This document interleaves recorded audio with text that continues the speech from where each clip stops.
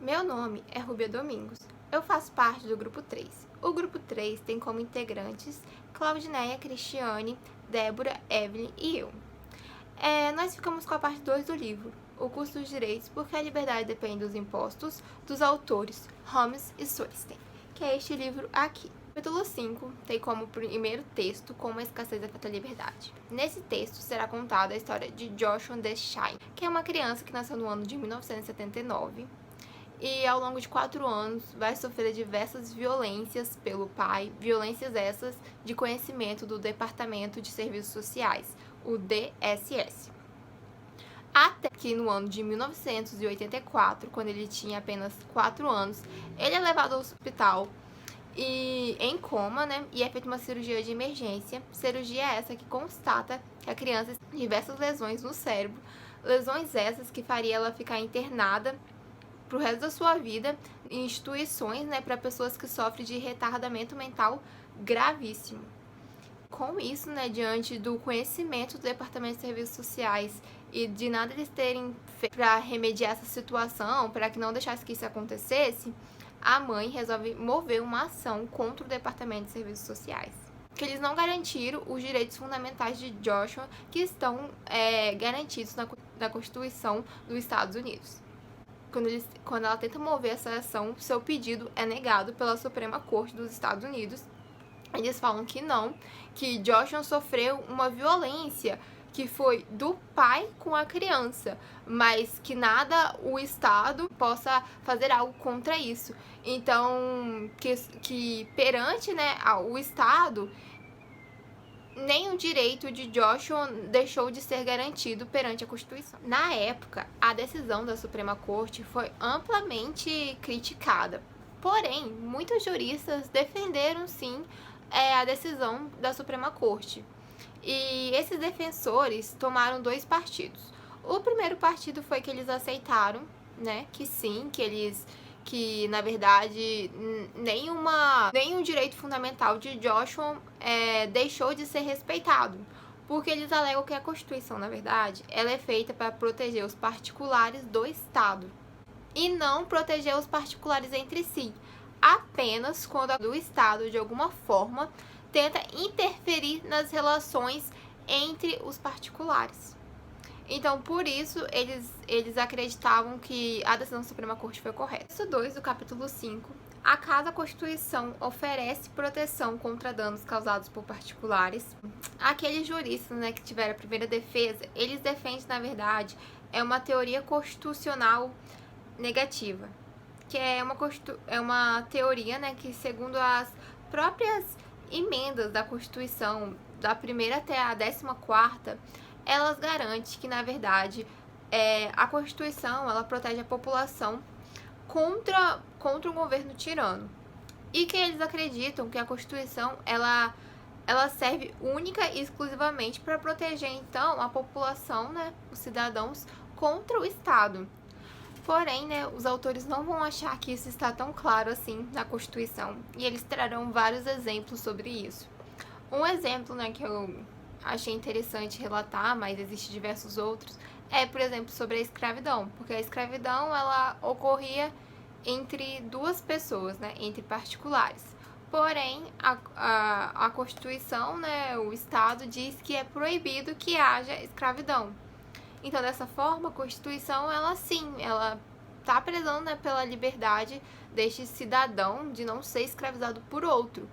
Então, a partir deste momento, a Constituição deixou de apenas defender os direitos dos cidadãos contra alguma coisa que ele vem sofrendo pelo Estado, e passou também a defender os cidadãos contra os outros cidadãos. Mas não tem só isso também, não. Tem diversos outros exemplos no texto. É possível, deste modo, destacar que, no caso de Joshua, ocorreu sim alguma forma de lavar as mãos pelo Estado, e que seus direitos talvez não, com certeza foram sim, né, não foram protegidos. Então, os autores, né, no final do texto, eles continuam ainda batendo na tese que eles acreditam que, na verdade, o que a Suprema Corte estava querendo dizer era que, talvez, né, não existiam recursos, né, suficientes, não existia orçamento para proteger o Joshua de toda essa situação que aconteceu com ele. Então os autores acreditam nisso. E isso será melhor explicado no próximo texto, que será a Claudineia que irá falar um pouco mais sobre ele. Meu nome é Claudineia Fernandes Canali e eu vou estar falando um pouco sobre o argumento baseado na escassez, realidade e retórica e realidade. No constitucionalismo, o poder do Estado ele é limitado para garantir, no mínimo, o direito da sociedade. E também é uma forma de estruturação e organização política social. E dentro da classificação das constituições, nós temos a Constituição Programática. Essa Constituição Programática ela estabelece metas para que o governo possa tomar decisões mais no futuro. O direito do cidadão também são serviços públicos que o governo presta mediante troca de tributos, de impostos, né, que a sociedade mantém. E todo direito ele não pode ser protegido sem apoio.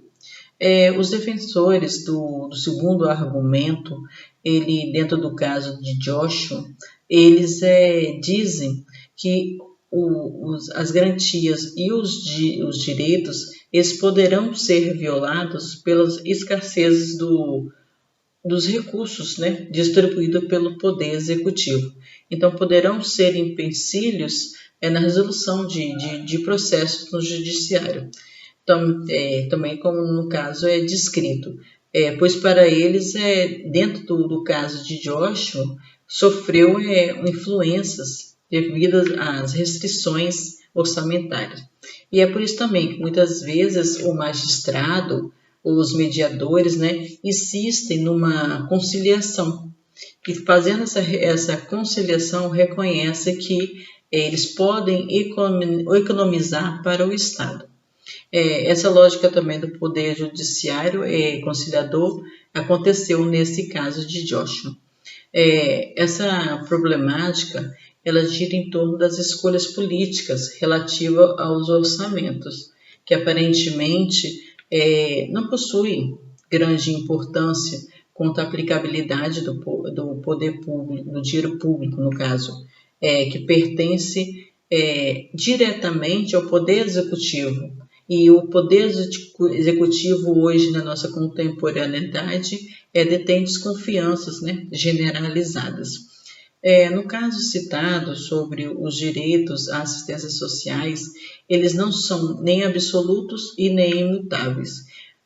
Hoje as sociedades elas avançam com grande velocidade e intensidade o seu contexto social, multiplicando muitas vezes situações diferentes, né, sociais, tanto no espaço como no tempo. E muitas vezes também os magistrados eles não conseguem adquirir informações detalhadas do cotidiano do indivíduo justamente devido a essa escassez orçamentária, né? Essa escassez orçamentária. Enfim, infelizmente os direitos fundamentais eles poderão ser violados, muitas vezes descumpridos, por custar aos cofres públicos grandes despesas. Porém, o Poder Executivo e Legislativo deveriam melhorar a organização orçamentária para uma distribuição melhor desses recursos e não deixar que o Judiciário faça essa distribuição, em que eles possam, sim, focar justamente naquele caso ao qual eles estão tratando. Boa noite, meu nome é Débora. Eu vou explicar o capítulo 6, que é a diferença entre interesses e direito. O autor já deu a diferença entre interesses de uma forma bem explícita, que ele fala que interesses é uma questão de grau, que existe a possibilidade de trocas, de concessões, entre aspas, conversado. Já o direito, o autor comenta que é inquestionável, inabalável, dando a entender que é absoluto. Mas logo após ele comenta que o direito ele pode ser classificado como, apesar, né, que embora hoje nenhuma exceção é sobreposta ao direito e não existe nada acima assim que contrapõe o direito, ele comenta que que o direito pode ser classificado como absoluto no sentido limitado. Esse sentido limitado, ele fala que existem exceções sim, que no caso que o Estado pode intervir. Uma delas que ele citou, que a gente está vivendo atualmente, que é a pandemia. Ele falou de doenças contagiosas, e atualmente na pandemia o Estado pode intervir na nossa liberdade de ir e vir com um decreto mesmo, com lockdown, porque com isolamento social e afins, e nesse caso ele explica que o Estado pode intervir em casos de emergências, que são emergência, né, e tal, é no bem comum, mas sempre sobrepondo a população e o bem comum. Nunca é interesses do Estado específico, ou uma coisa assim. Uma coisa interessante também que ele cita bastante é assim, o conceito deles de uma forma bem explícita para a gente entender a diferença. Apesar dele ter comentado logo no início, né? Mas ele deixa de forma bem explícita. Das referências dele bastante que ele usa no decorrer do capítulo é a jurisdição norte-americana, que da parte, né, do direito no sentido limitado, da emergência, também é um meio que os advogados usam para achar, entre aspas, brechas, né, na lei que pode ser justificado. Já que toda lei não toda lei, mas já que o direito pode ser questionável, desde que existe uma justificativa para isso, os advogados usam. Surgiu também a expressão, que é bastante interessante, do homicídio justificado, que aí surgiu a nossa legítima defesa. Não, entre aspas, né? Surgiu a legítima defesa. Daí deu uma justificativa e tudo mais, apesar do homicídio ser um crime bárbaro, que, enfim, que a sociedade é inaceitável que exista uma justificação para isso, só que existe, que é o legítima defesa e tudo mais, da forma como é julgado, tem com outros olhares. Teve uma citação dele que é muito interessante a respeito da liberdade de expressão, que certas limitações à liberdade de expressão são simples questões de bom senso, isso com certeza, e seríamos menos livres se a liberdade de expressão fosse tratada como uma pretensão, aqui, enfim, para não ficar lendo e tudo mais, ele diz que a gente seria menos livre se a liberdade fosse mais geral, entende? Aí teria que ter certas restrições e também teria que vir um pouco do público, né? Entender até onde sua liberdade vai e até onde começa a não ser desagradável, né? Até onde você tem o direito de estar exercendo sua liberdade de expressão e até onde esse direito acaba e você está sendo só inconveniente. Olá, eu sou a Cristiane e eu vou falar do capítulo 7, que tem como título Garantir Direitos, distribuir recursos. E aí, para explicar e desenvolver a ideia apresentada no título, os autores utilizam como exemplo o custo de um dos principais, se não o principal, direito responsável pelo exercício e manutenção da democracia, que é o direito ao voto.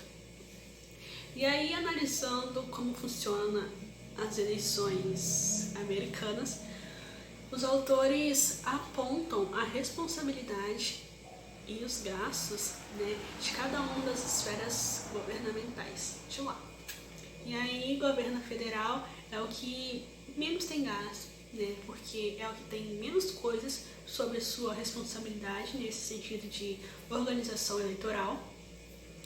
O governo estadual gasta com a impressão de cédulas de votação, com o material de registro e com os manuais de instrução dos votos. E por fim, o governo municipal gasta com a organização final, né, com as pessoas que vão estar ali organizando a votação e com o local em que esses votos vão ser colocados, né, com a definição desses locais. E essa definição tem que ser feita da maneira mais geograficamente acessível possível e mais ou menos igual para que seja justo para todos os cidadãos. E aí os estados e os municípios retiram verba da sua arrecadação geral para poder financiar essas eleições, uma vez que eles não podem, em hipótese alguma, condicionar o direito ao voto ao pagamento de uma taxa eleitoral individual, até porque, dependendo do valor, não seria todo mundo que teria condições de pagar.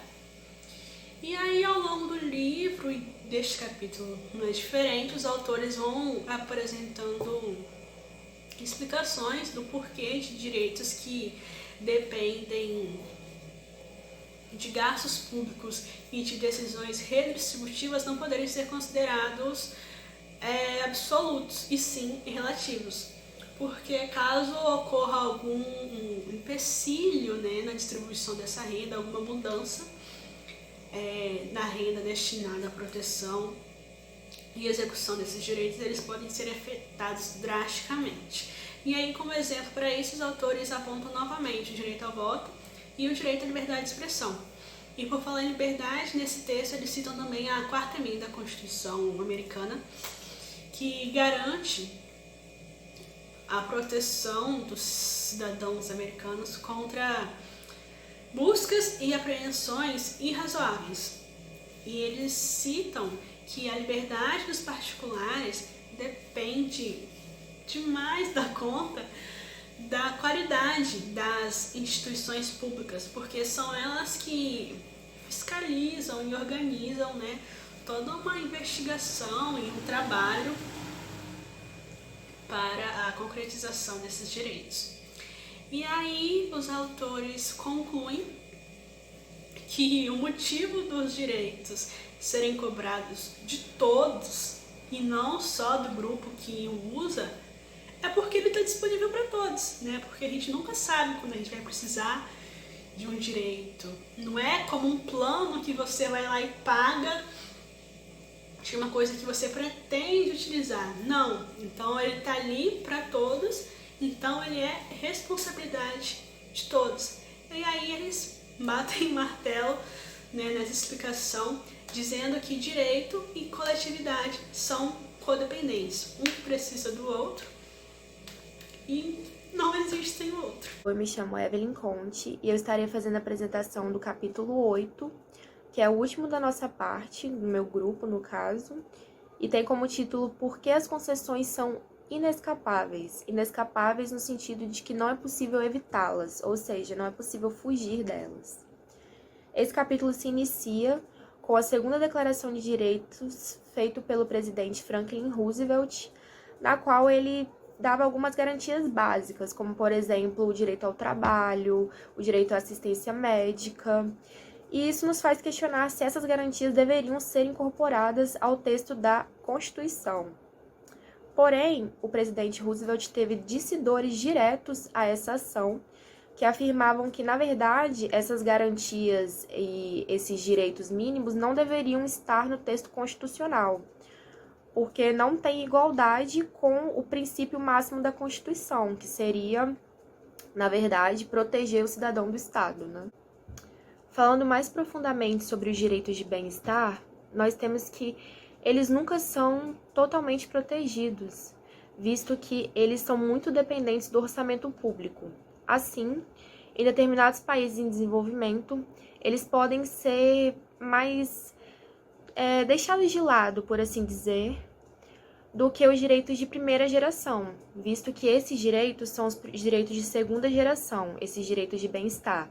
E algumas vezes eles podem ser um pouco mais custosos. Apesar disso, em países como Estados Unidos, esses direitos também estão muito sujeitos a interesses políticos e não apenas monetários. Ou seja, eles poderiam ser incorporados à Constituição, se o Estado assim o quisesse. Porém, há toda uma discussão nesse meio para saber se esses direitos valem a pena ser incorporados à Constituição norte-americana. Para os defensores da não constitucionalização dos direitos de bem-estar, se esses direitos fossem incorporados à Constituição, a Constituição poderia se tornar muito ampla, ou seja, ela não teria aquela efetividade como nós a conhecemos atualmente, porque ela estaria muito à mercê do que pode ou não pode ser feito. Falando sobre os direitos de terceira geração, nós temos o interesse à proteção ambiental, que é posto em pauta como se pudesse ser um direito constitucional, no qual o autor chega à conclusão de que não é, por diversos fatores. Um deles, no caso, que é os custos elevados, a amplitude desses direitos também, porque existem inúmeros problemas ambientais e quando se resolve um, chega-se a outro. Então, no caso, o principal ponto de decisão para não serem incorporados seria a impossibilidade dos juristas estarem legislando sobre esse assunto, visto que eles não possuem tanto conhecimento técnico. O autor ressalta que quanto mais gastos, mais absoluto o direito se torna. Porém, essa proteção parcial ela não é vista como uma proteção da igualdade pela lei. Assim, mesmo que essas concessões, ou seja, esses privilégios, sejam um tanto quanto inevitáveis, é importante sempre manter uma atenção sobre as decisões governamentais que dizem respeito à destinação de recursos públicos.